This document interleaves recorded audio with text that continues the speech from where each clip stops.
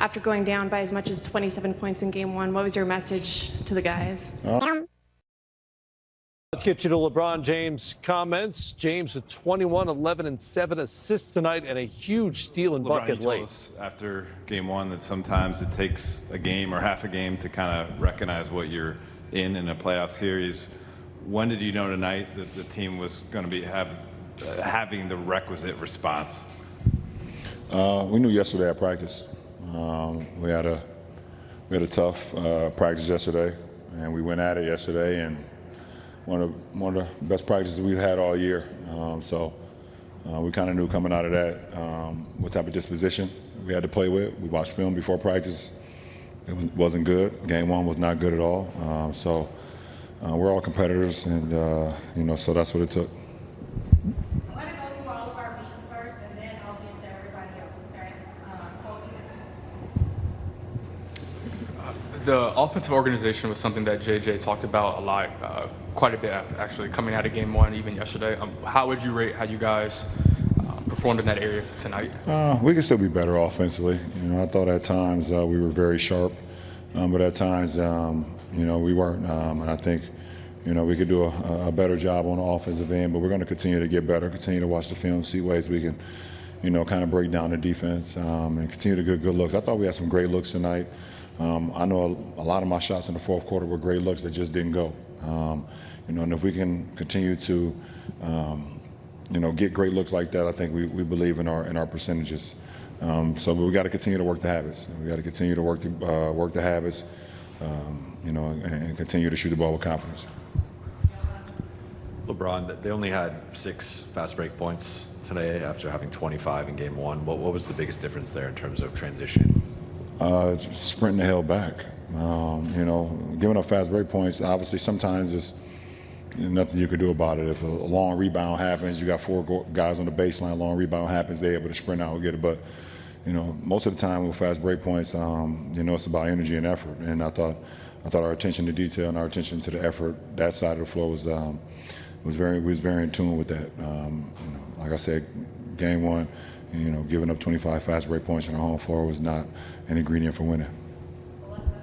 Hey, Bron, on Mind the Game pod, you talked about how you live for this time of the year, calling it a drug. Obviously, you always talk about how important it is to stay even-keeled. You've taken teams to the finals 10 times, won 4 championships. After going down by as much as 27 points in game one, what was your message to the guys? I think you just said it. Just staying even-keeled. It doesn't matter if you lose by 100 or you lose by 1. I mean, they both hurt. You can't sleep. So it's about how you stay even keel and then how you make the adjustments going into game 2, or game 3, whatever the case may be. So, I thought, we looked at what we didn't do so well, which was a lot of things in game 1. We took that to heart. We hold each other accountable. We make the adjustments, and we had a better outing tonight. And now we need to be even better on Friday. Going into Minnesota. So that's what the playoffs is all about. But you got to be able to stay even keel no matter what's going on.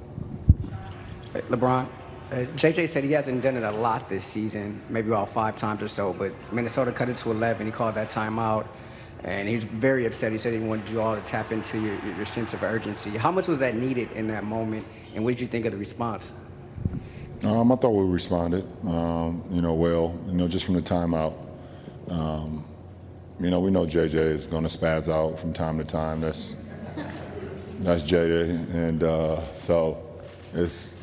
At this point for us is, obviously we need to listen to the message and not the way how he's delivered it, and for me, it's, my high school coach my freshman year was kind of the same way. He would spaz out on us, and, you have to be able to understand about it's not how he's saying it, it's about what he's saying, and I thought we responded after that. JJ said he's only cursed a few times this season, so I don't know what to tell you. Talk about the love and how you get excited and up for every playoff after all this time. Is there a point with the body, though, where it's just sort of you got to tell yourself, okay, we're doing this again? Yeah, absolutely. I mean, I think I've up there with them.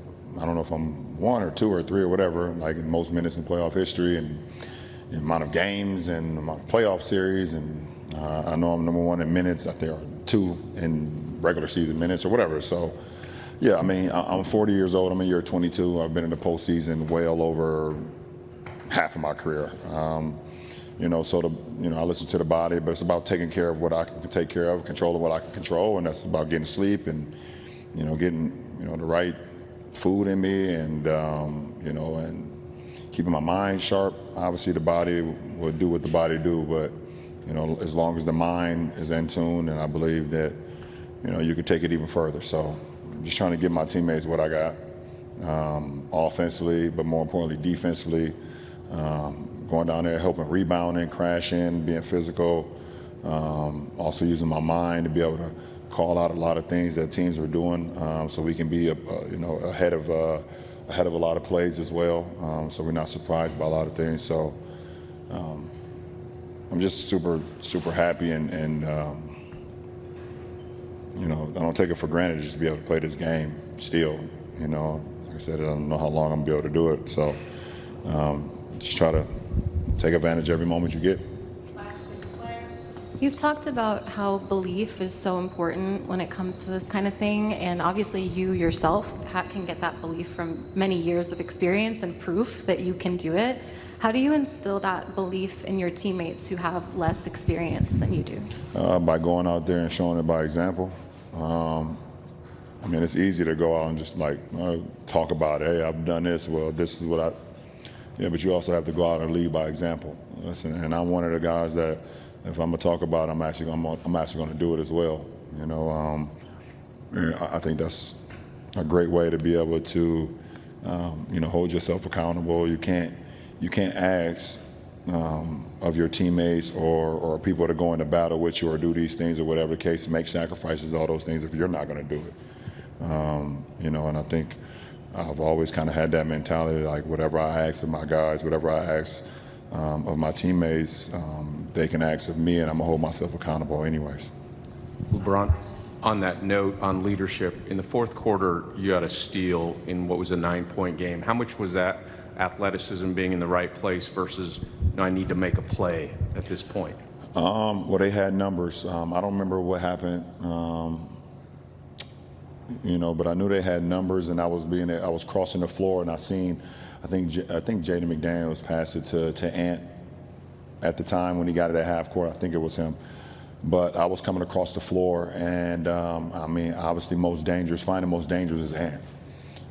So I was able to kind of sneak in through the rear view, through the right side, and you know, and was able to just kind of use my, I guess, athleticism and smarts or whatever the case may be, to kind of, you know, if I wasn't able to steal it, at least I could make him change directions, you know, and I was able to reach for the ball before he kind of, you know, seen me in the blind spot, and I was able to steal it and go coast to coast to, you know, it wasn't about the points. I think at that point it was about the momentum, you know, that type of steal, that type of, you know, play to be able to finish, you know, in that moment, because they could have cut it to 6 or 4-point play. They could cut it to, you know, to 5. So for us to push it back to a double-digit lead at that point with a little over 2 minutes, I think that was very key.